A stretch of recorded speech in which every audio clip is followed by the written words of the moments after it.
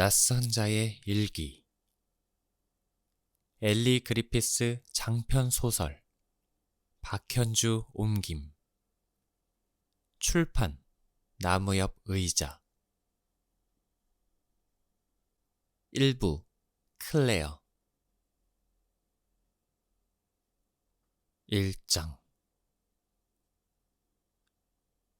괜찮으시면 낯선 사람이 말했다. 이야기를 하나 해드리고 싶소. 긴 여행인데다 하늘 상태를 보아하니 한동안은 이 칸에서 나갈 길은 없을 테니 이야기를 나누면서 몇 시간 보낸들 어떻겠소? 늦은 10월 저녁에는 딱 제격이지. 거기서 편안하신가? 허버트 걱정은 마시오. 해치지 않으니까. 다만 날씨도 이렇다 보니 신경이 날카로워진 게지. 자, 어디까지 했더라? 긴장 좀 풀리게 브랜디 좀 드릴까? 휴대용 술병에 드려도 괜찮으실까? 자, 이건 실제로 일어난 일이라오. 실화가 최고지. 그렇지 않소? 더 좋은 것은 내가 젊을 때 일어난 일이라는 거요. 당신 또래였을 때. 나는 케임브리지에 다녔소. 물론 신학을 전공했지. 내 의견이지만 다른 학문이랄 게 없지 않소. 아마도 영문학 정도를 빼면 우리는 꿈이 지어지는 재료이다. 나는 한 학기가량 거기 다녔다오. 수줍음 많은 시골뜨기였고 외로웠던 것 같소. 멋쟁이들 팀에 끼지 못했지. 하얀 나비 넥타이를 메고 교정을 으스대며 걸어다니는 젊은이들 있지 않소. 주님에게서 특허증이라도 받은 듯한 친구들.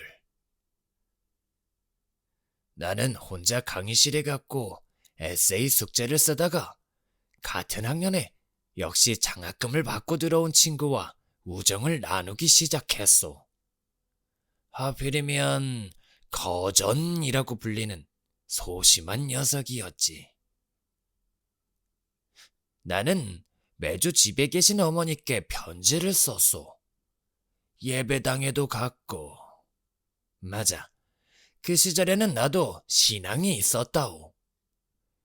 약간 독실하다 할 수 있었는데 우린 파이라고 불렀지.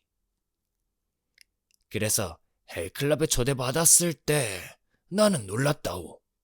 놀라고 기뻤지. 물론 클럽에 대한 소문은 들었소. 한밤에 난잡한 파티를 벌인다거나 침실 담당원이 방을 청소하러 들어갔다가 방구를 보고 기절초풍했다든가, 사자에서에 나오는 고대 주문을 읊는다거나, 땅에 묻힌 뼈니 입을 벌린 무덤이니 하는 이야기들. 하지만 다른 이야기도 있었소. 성공한 사람들 다수가 헬클럽에서 경력을 시작했다는 거지. 내각에 들어간 사람 한두를 포함해서 정치인, 작가, 변호사, 과학자, 기업 총수들. 배지를 달고 다녀서 회원은 금방 알 수 있지. 왼쪽 옷깃에 점잖은 해골을 달고 다녔으니까. 그렇다오. 여기 있는 이것처럼. 그래서 이 회식 때 초대받았을 때는 기뻤소이다. 이 회식은 10월 31일에 열렸지. 물론 헬로윈 날이었다오. 모든 성인들의 대축일 전야. 그렇다오. 물론 그렇지. 오늘의 헬로윈이라오. 우연의 일치를 믿는 사람이라면 이게 살짝 불길하다 생각했겠지. 내 이야기로 돌아가 봅시다. 이 회식은 간소한데 한밤에 열렸다오. 당연하지 않겠소. 신입 회원 셋은 학교 부지 바로 바깥에 있는 폐가로 가야만 했다오. 차례차례 우리는 안대를 하고 촛불을 받았지. 집 안으로 들어가서 계단을 올라 2층 계단참의 장턱에 촛불을 밝혀야 했소. 그런 다음 되도록 크게 소리를 질러야 했지. 지옥은 비었다. 우리 셋 다 이 임무를 완수한 후에야 안대를 벗고 동료들과 합류할 수 있었지. 진수성찬 술잔치가 이어지는 거지. 거전. 불쌍한 거전이 이 셋 중에 하나라고 말했던가? 거전은 걱정하고 있었다오. 안경 없이는 눈뜬 장님이었거든. 하지만 내가 그에게 말한 대로 우린 모두 안대를 하고 있었으니 피장파장이었지. 사람은 눈이 없이도 세상이 어떻게 돌아가는지 볼 수 있지. 그래서 나는 묻는다. 여기서 무슨 일이 일어날까요? 나쁜 일요. 피터가 대답한다. 맞는 말이에요. 나는 마음속으로 10가지 세고 말한다. 그런데 왜 그렇게 생각하시죠? 우은아가 대답한다. 먼저 배경요. 헬로윈 자정이잖아요. 그건 진부한 장치인데요. 테드가 말한다. 먹히니까 진부해 보이는 거죠. 우은아가 말한다. 날씨도 그렇고 정말 으스스하잖아요. 기차 타고 가는 도중에 눈이 올 것 같지 않나요? 그럼 오리엔트 특급 살인 아리오인데요. 피터가 말한다. 낯선 사람은 에거사 크리스티 이전에 나온 작품이에요. 내가 말한다. 이게 어떤 류의 이야기인지 또 말해보실 분? 서술자가 좀 소름 끼쳐요. 셰런이 말한다. 휴대용 술병으로 한잔하자라거나 허버트는 신경 쓰지 마요 같은 말들. 그건 그렇고 허버트는 누구죠? 좋은 질문입니다. 나는 말한다. 모두 뭐라고 생각하시죠? 귀가 안 들리고 말 못하는 사람. 하인. 아들요. 위험한 미치광이라서 묶어놓아야 하는 거죠. 그 사람 개요. 웃음이 터진다. 사실 나는 말한다. 테드 말이 맞아요. 허버트는 개예요. 반려동물은 유령 이야기 장르에서 주요한 비유예요. 동물들은 인간 지각을 초월해 사물을 감지할 수 있으니까요. 개가 자리에 없는 무언가를 응시하고 있다면 이보다 더 무서운 게 있을까요? 고양이들도 으스스하기로 유명하죠. 물론 에드거 앨런 포의 작품을 생각해보세요. 그리고 동물들은 마녀들의 심부름꾼으로 흑마술을 돕는 존재로 여겨지기도 하죠. 동물 캐릭터는 또 다른 이유로도 유용할 수 있어요. 누가 맞춰보실까요?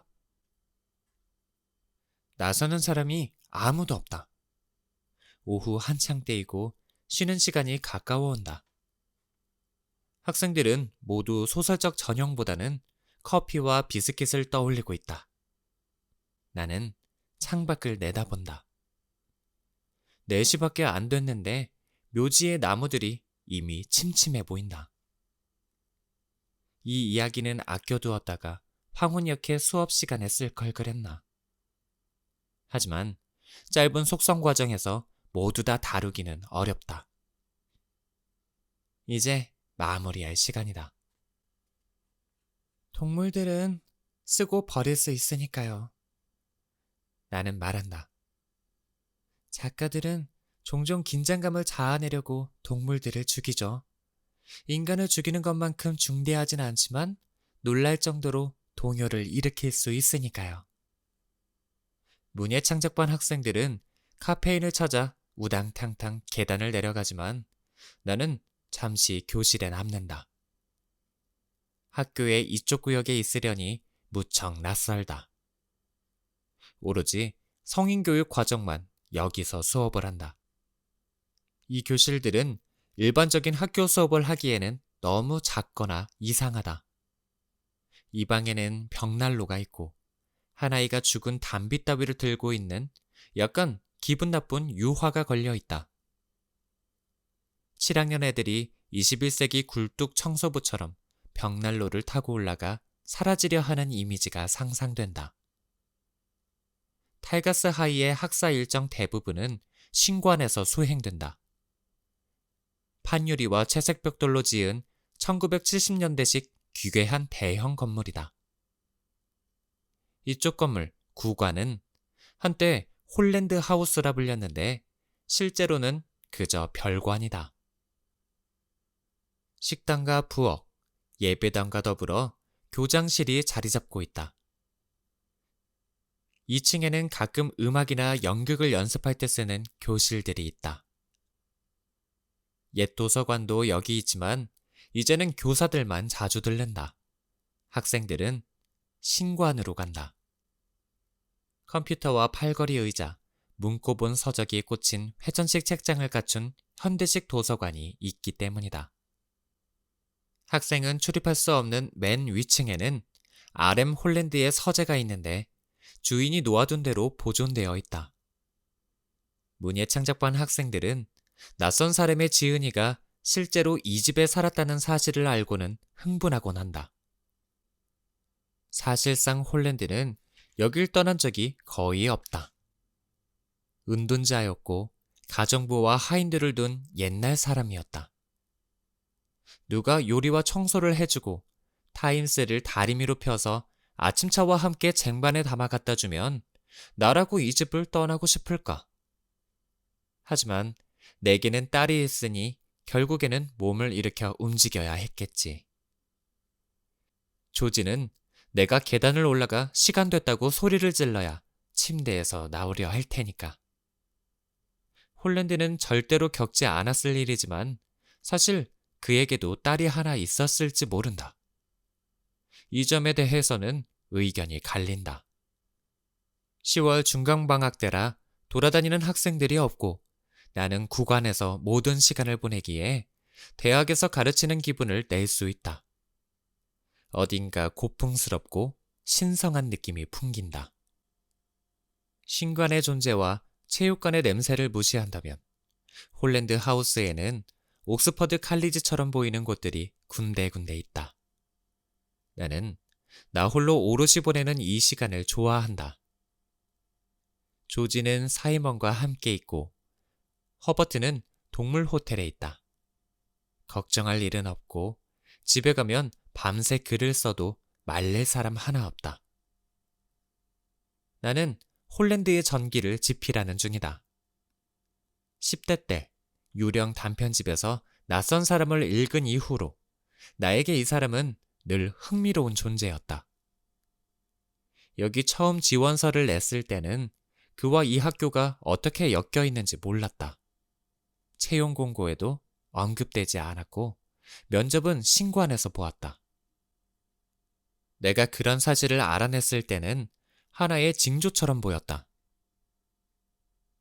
나는 낮에는 영어를 가르치고 밤에는 주변 환경에 영향을 받아 홀랜드에 대한 글을 쓰곤 했다. 그의 기이하고 운둔자 같은 삶, 아내의 수상한 죽음, 딸의 실종. 시작은 좋았다. 나는 심지어 지역 방송국과 인터뷰까지 하게 되어 구관을 어색하게 걸으며 이전 거주인 이야기를 하기도 했다. 하지만 최근에는 이유는 모르겠지만 글이 말라버렸다. 매일 써라. 내가 학생들에게 하는 말이었다. 영감을 기다리지 마라. 그건 끝까지 오지 않을지도 모른다. 영감의 시는 늘 내가 쓰고 있을 때 찾아온다. 마음을 들여다보고 써라. 하지만 대부분의 선생처럼 나도 자신의 충고를 따르는 데는 별로 영민하지 못하다. 대체로 일기를 쓰지만 그거야 읽을 사람이 없을 테니 글로 칠 수는 없다. 할 수 있을 때 아래층으로 내려가서 커피나 한 잔 가져와야 하겠다. 일어서면서 창밖을 내다본다.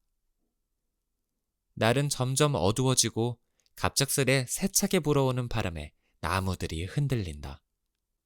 나뭇잎은 바람에 쓸려 주차장을 굴러가고 눈으로 잎을 뒤쫓다가 벌써 알아차렸어야 했을 것을 이제야 감지한다. 두 사람이 앉아있는 낯선 차 한 대. 여기에 딱히 이상한 점은 없다. 중간방학 기간이기는 해도 어쨌든 여긴 학교이니 방문객이 아예 없을 리는 없다. 교실을 정리하러 와서 다음 주 계획까지 세워놓으려는 학교 직원일 수도 있다. 하지만 이 차량과 여기 탄 사람들은 뭔가 달라서 왠지 불편한 느낌이 든다. 차는 눈에 띄지 않는 회색이다. 나는 차에는 젬병이지만 사임원이라면 차종도 알 것이다. 뭔가 견고하고 육체 노동자에게 어울릴 느낌. 소형 택시 운전자들이 쓸만한 차. 그런데 어째서 저 차 주인들은 그냥 앉아있기만 하는 걸까? 얼굴은 보이지 않지만 둘 다 검은 옷을 입었고 자신들이 탄 차처럼 어딘가 지루하면서도 위협적으로 보인다. 무슨 호출을 기다리던 사람처럼 전화가 윙 울렸을 때도 나는 별로 놀라지 않는다. 릭 루이스 학과장 전화다. 클레어, 끔찍한 소식이 있어요. 클레어의 일기. 2017년 10월 23일 월요일. 엘라가 죽었다. 릭이 그 말을 해주었을 때 나는 믿을 수 없었다. 차츰 실감이 나자 나는 생각했다. 자동차 충돌, 불의의 사고, 어떤 종류의 약물 과다 복용. 하지만 릭은 살해당했다고 말했다. 마치 외국어로 말하는 것만 같았다. 살해당해요? 나는 멍청하게 그 말을 반복했다. 경찰 말로는 누가 간밤에 엘라의 집에 침입했대요. 릭이 말했다.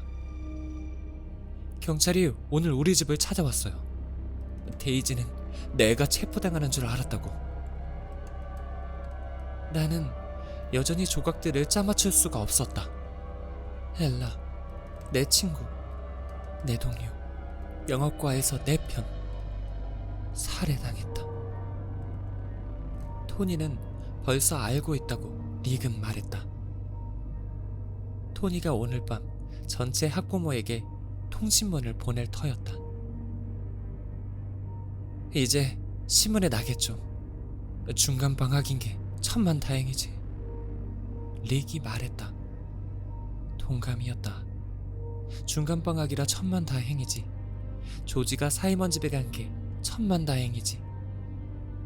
하지만 다음 순간 죄책감이 들었다. 릭도 자기 말이 잘못되었음을 깨달은 듯했다. 이렇게 말했기 때문이다. 미안해요, 클레어. 진심인 듯했다. 미안하대, 세상에. 그런 다음 나는 교실로 돌아가 학생들에게 유령 이야기를 가르쳐야 했다. 내가 한 최고의 수업은 아니었다. 그럼에도 낯선 사람은 제 몫을 다했다. 특히 내가 수업을 끝냈을 즈음 밖이 어두워진 덕도 있었다. 우리는 막판에 비명을 지르다시피 했다. 나는 학생들에게 마지막 시간에 배정한 쓰기 과제를 내주었다. 나쁜 소식을 전해들었을 때에 관해 쓰세요. 나는 걸작을 써내려가느라 수그린 학생들의 머리를 보며 생각했다. 이들이 사실을 안다면 집에 도착하자마자 나는 데브라에게 전화했다. 데브라는 가족과 함께 외출해서 아직 소식을 듣지 못한 상태였다. 데브라는 울음을 터뜨렸고 믿기지 않는다는 등의 말을 했다. 금요일 밤에 우리 셋이 모였던 걸 생각하면 그럴 만도 했다. 릭의 말에 의하면 엘라는 일요일 어느 시점에 살해당했다. 내가 스트릭트리 컴 댄싱 경영 결과를 두고 문자를 보냈지만 답장을 받지 못했던 것이 기억났다. 그때는 이미 숨졌던 걸까? 수업을 하거나 데브라와 통화할 때는 그렇게 힘들지 않았다. 하지만 지금 혼자 있으려니 뭐랄까 두려움이 느껴진다. 공포로 몸이 굳을 지경이다. 여기 침대에 일기를 펴놓고 앉아서는 불도 끄고 싶지 않다. 엘라는 어디 있을까? 누군가 벌써 시체를 가져갔을까?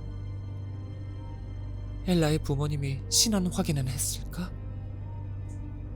릭은 내게 자세한 정보를 주지 않았고 지금은 이런 일들이 굉장히 중요해 보인다. 엘라를 다시 볼 수 없다는 사실이 믿어지지 않는다.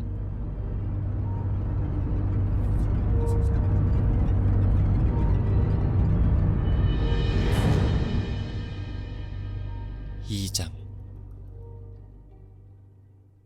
나는 학교에 일찍 도착한다. 잠을 제대로 못 잤다. 끔찍한 악몽을 꿨다. 엘라가 나온 꿈은 아니었지만 전쟁으로 폐허가 된 도시에서 조지를 찾아 헤맸고 허버트는 사라졌으며 돌아가신 할아버지가 보이지 않는 방에서 나를 불렀다. 허버트는 밤새 도기데이 케어 센터에 두었다. 이것이 불안한 꿈을 꾼 이유 중 하나일 터였다. 하지만 걔가 잠을 깨워 밥을 달라거나 산책을 가자거나 춤을 추자고 조르면 힘들 것 같았다. 나는 6시에 일어나 탈가스에는 8시에 도착했다. 벌써 몇몇 사람들이 나와 함께 식당에서 커피를 마시거나 대화를 시도하려 했다. 학교에서는 중간방학 때도 강좌를 몇 개 운영하는데 나는 저 사람이 어떤 수업을 듣는지 알아맞히길 좋아한다. 특이한 장신구를 단 여자들은 테피스트리나 도자기 공예를 공부하는 경향이 있다. 샌들을 신고 손톱을 길게 기른 남자들은 보통 현악기를 다룬다. 내 학생들이 가장 알아보기 어렵다. 문예 창작을 가르치는 일에서 좋은 점 중 하나이다. 은퇴한 교사나 변호사, 가족을 보살피다 이제 자기 자신을 위해 근사한 일을 하러 온 여성들, 자신이 차세대 J.K. 롤링이라고 확신하는 20대, 내가 가장 좋아하는 학생들은 종종 다른 수업을 다 듣고 내 수업이 양초 만들기 아래 목록에 있기 때문에 듣는 사람들이다. 이 학생들은 종종 사람을 놀라게 한다. 자기 자신까지도. 나는 커피 머신에서 블랙커피를 뽑아들고 탁자 맨 끝으로 간다. 먹고 마시고 일상활동을 이어나가고 오늘의 수업을 생각한다는 것이 낯설게 느껴진다. 아직은 엘라 없는 세상에 살고 있다는 사실에 익숙해질 수가 없다.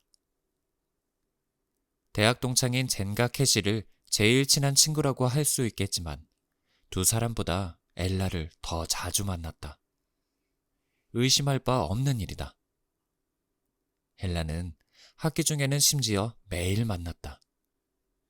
우리는 릭과 토니에게 느낀 좌절감, 학생들 이야기, 이따금 거두는 성과, 교목과 실험실 기사 사이에 흥미진진한 가십을 함께 나누었다. 황당하지만 지금도 엘라에게 문자를 보내고 싶다. 무슨 일이 있었는지 못 믿을걸? 여기 앉아도 돼요? 내 수업을 듣는 테드다. 물론이죠. 나는 얼굴을 바꾸어 환영하는 표정을 띈다. 테드는 분류하기 어려운 문예창작 수업 학생의 좋은 표본이다. 민머리에 문신을 했으며 언젠가 목각 인문이나 일본 시가 탐색 같은 과목을 들을 외모다. 하지만 어제 몇 가지 훌륭한 통찰을 보여주었고 다행히도 지금 작업 중인 작품 이야기를 하려는 것 같지는 않다. 어제 재밌었어요. 그는 호텔 객실에 두는 종류의 비스킷 포장을 뜯으며 말한다. 잘 됐네요. 나는 대답한다. 유령 이야기요. 밤새 그 생각이 떠나지 않더라고요. 꽤 여파가 세죠. 홀랜드가 세상 제일 가는 작가는 아니지만 사람들 겁주는 법은 잘 알죠. 그런데 그 사람 여기 살았다던데 진짜예요? 이 건물에? 네, 여기서 1902년까지 살았어요. 어제 수업한 교실이 있는 층에 침실을 두었죠.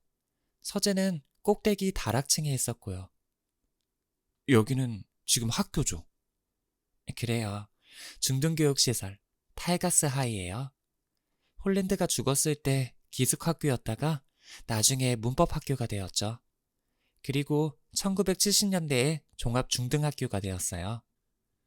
이 학교에서 지금 가르치시는 거죠? 그래요. 학생들에게 그 이야기를 해주시나요? 낯선 사람이요. 아니요. 홀랜드 작품은 교과 과정에 없어요. 아직도 생쥐와 인간이나 남아있는 나날 같은 작품들만 가득하죠. 이전에는 GCSE 수험생들이 듣는 문예창작 수업을 했는데 가끔 낯선 사람을 읽혔죠. 그 학생들도 악몽을 꿨겠네요. 아니, 좋아했어요. 10대들은 유령 이야기를 좋아하니까. 나도 그래요. 그는 금리 2개를 드러내며 씩 웃는다. 이 장소에는 이상한 느낌이 있어요. 분명 귀신 들렸을걸요? 몇 가지 이야기가 있죠. 한 여자가 맨 꼭대기층에서 떨어졌다는 말이 있던데요. 어떤 사람들은 홀랜드의 아내라고 하더군요. 딸이라고도 하고요. 제 수업을 듣던 어떤 학생들은 하얀 잡옷을 입은 여자가 떠돌다가 계단을 내려가는 걸 보았다고 해요. 혹은 견눈으로 보면 떨어지는 사람이 보인다거나 핏자국이 여전히 선명하게 보인다고도 하죠. 교장실 바깥에 있다고.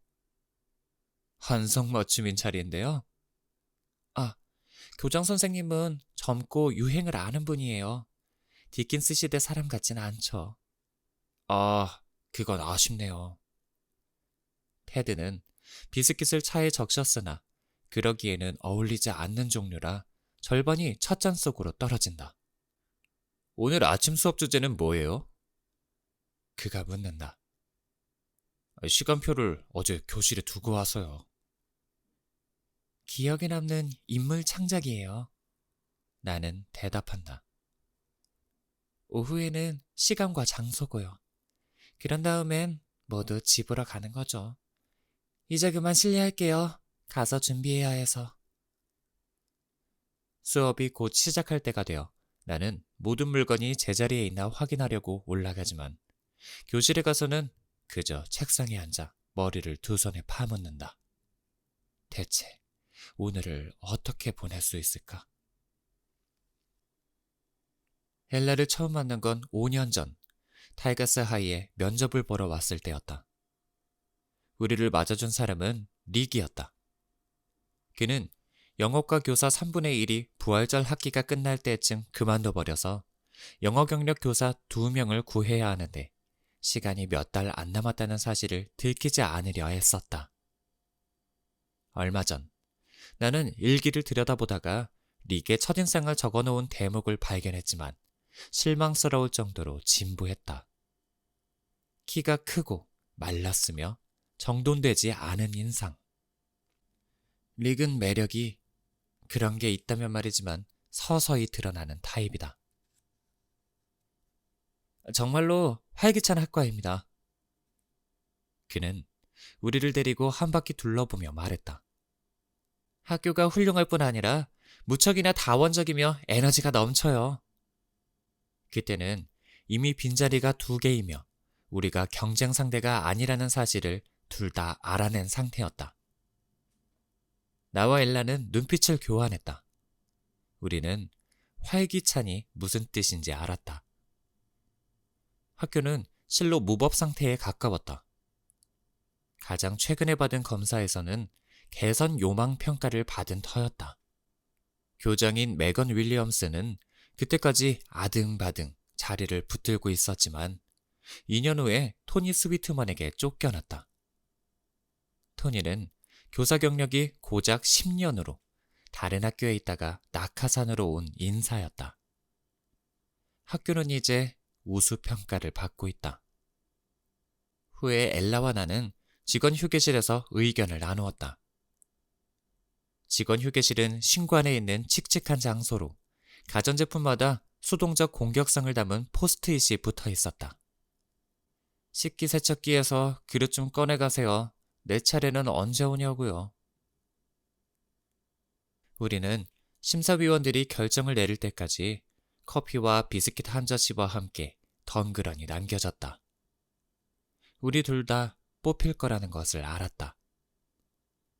내 맞은편에 앉은 여자로 인해 전망은 훨씬 밝았다. 긴 금발, 뼈대가 굵은 코, 아름답다고 할 수는 없어도 무척 매력적이었다. 제인 오스틴의 열렬한 팬인 엘라가 자기를 엘리자베스 베넷과 동일시한다는 것은 나중에 알았다. 하지만 내게 엘라는 언제나 엠마였다.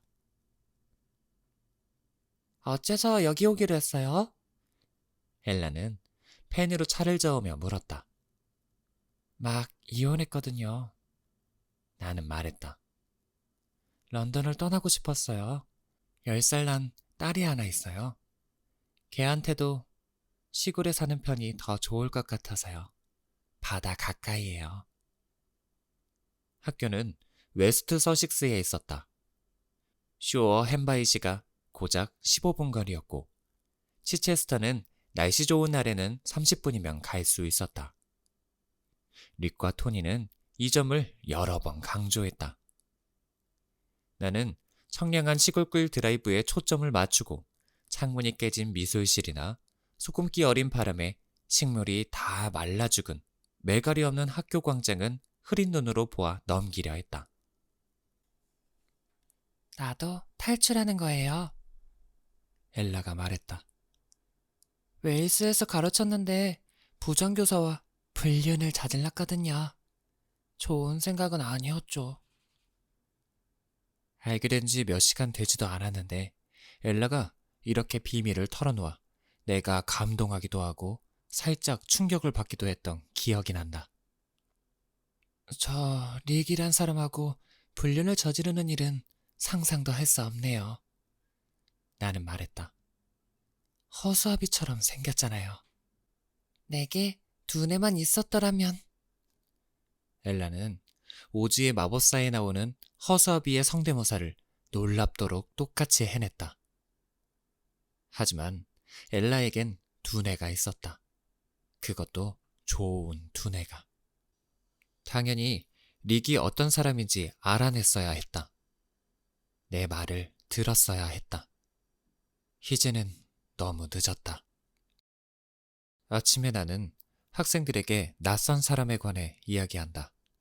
유령 이야기에서는 원형적 인물을 자주 보게 되죠. 나는 말한다. 순수한 청년, 조력자, 방해자, 기분 나쁜 숙녀. 그런 사람 몇몇 알죠. 테드가 약간 무리하게 껄껄 웃으며 말한다. 그게 무슨 뜻인지 모르겠어요. 우나가 말한다. 기분 나쁜 숙녀라는 게 뭐죠? 나는 우나가 이런 일을 괜히 더 어렵게 만드는 유형임을 알아챈다. 고딕 유령 소설에서는 흔한 인물이에요. 나는 말한다. 검은 옷을 입은 여인이나 제인 에어의 로체스터 부인을 생각해봐요. 이들은 베스의 아낙네 이야기에 나오는 부인처럼 전설로 전해 내려오죠. 이런 이야기에서는 아름다운 여성이 추한 마귀노파가 되고 반대가 되기도 하죠. 진짜로 그런 여자 만난 적 있어요. 테드가 말한다. 나는 딴 길로는 빠지지 않을 것이다. 지난 이틀 동안 테드의 연애담은 물리도록 들었다. 물론 키치의 라미아에 나오는 인물처럼 뱀이 여성으로 바뀌는 전설도 있어요. 나는 말한다. 낯선 사람에는 뱀 여인은 안 나오잖아요. 우나가 말한다. 맞아요. 나는 대답한다. 홀랜드는 소설에서도 여성을 피하는 경향이 있죠. 하지만 그 사람 아내가 이 집에 유령으로 들러붙어 있다고 하지 않으셨나요? 테디의 말에 나는 자신을 원망한다. 비스킷을 먹을 때 괜히 흥에 취해 쓸데없는 소리를 했다. 우리한테도 이야기해주세요. 몇몇 사람이 말한다. 아주 예민한 사람들은 벌써 재밌어하며 몸을 떨고 있지만 창문으로 가을 햇살이 흘러들어와서 유령의 존재를 실제로 믿기란 어렵다. 홀랜드는 앨리스 에이버리라는 여성과 결혼했어요. 나는 말한다. 두 사람은 여기, 이 집에 살았죠. 그러다 앨리스가 죽었어요. 아마도 계단에서 굴러 떨어진 것 같아요. 앨리스의 유령이 여길 걸어 다닌다고들 하죠. 앨리스가 2층 복도를 스르르 지나가거나 계단 위를 떠도는 모습이 보인다고 해요.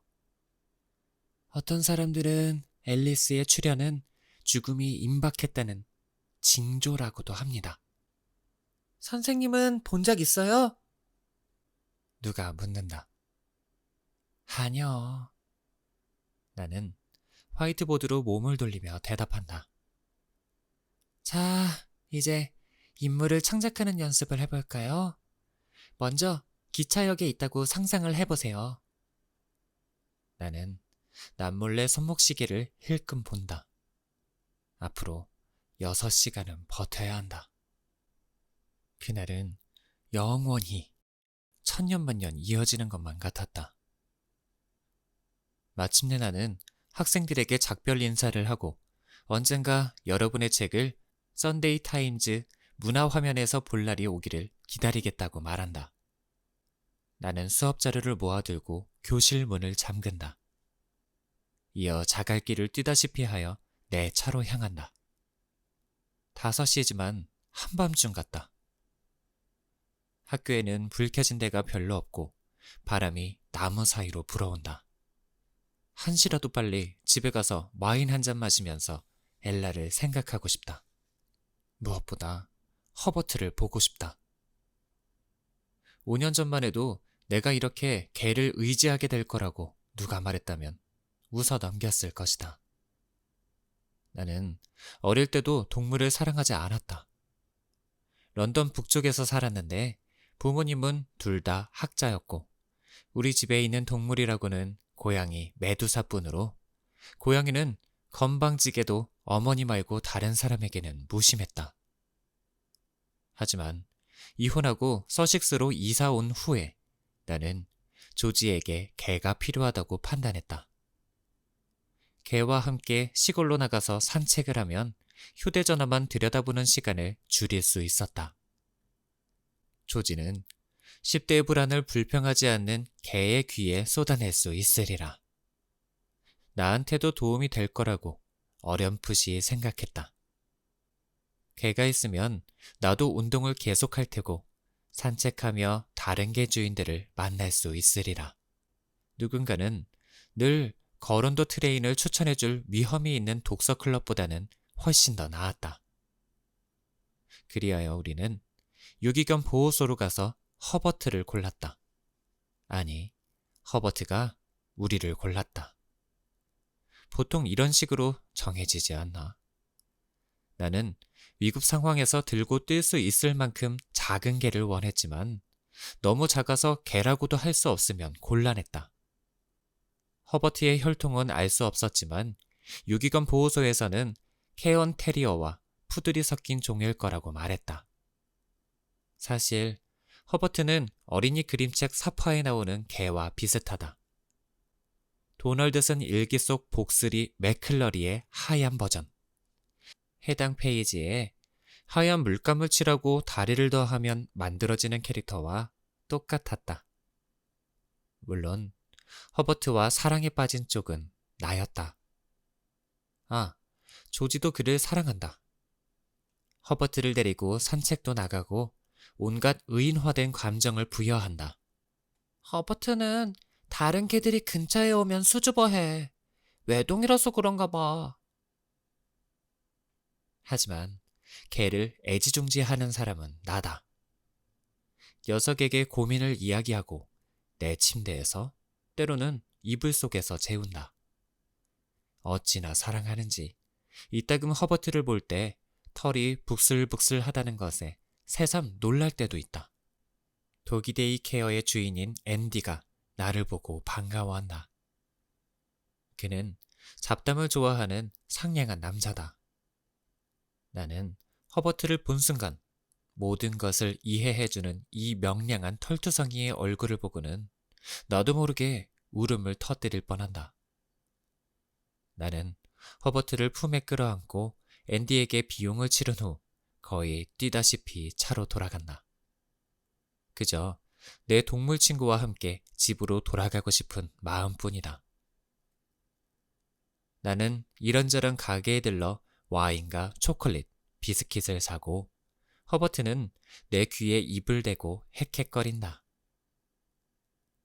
내가 사는 집은 타운하우스 단지로 2층에 침실 2개, 아래층에 방 2개가 있고 검은색 정문과 연철 난간이 딸렸다. 시골 한가운데 이렇게 타운하우스가 한 줄로 쭉 늘어서 있고 등 뒤로는 백악 절벽이 이 집들을 감싸고 있다. 원래는 폐업한 시멘트 공장 직원들이 살 집으로 지어졌더랬다. 그래도 집들은 예쁘고 고급스러운 주택으로 다시 태어나 우리는 소들이 풀을 뜯는 초원을 마주보면서 뒤에 흉물스럽게 버티고 선 건물은 분연히 무시한다. 우리는 이제 집에 익숙해졌다. 학교에 다니기 편하고 근사한 카페 몇 개와 훌륭한 서점도 하나 있는 스테이닝에서 멀지 않다.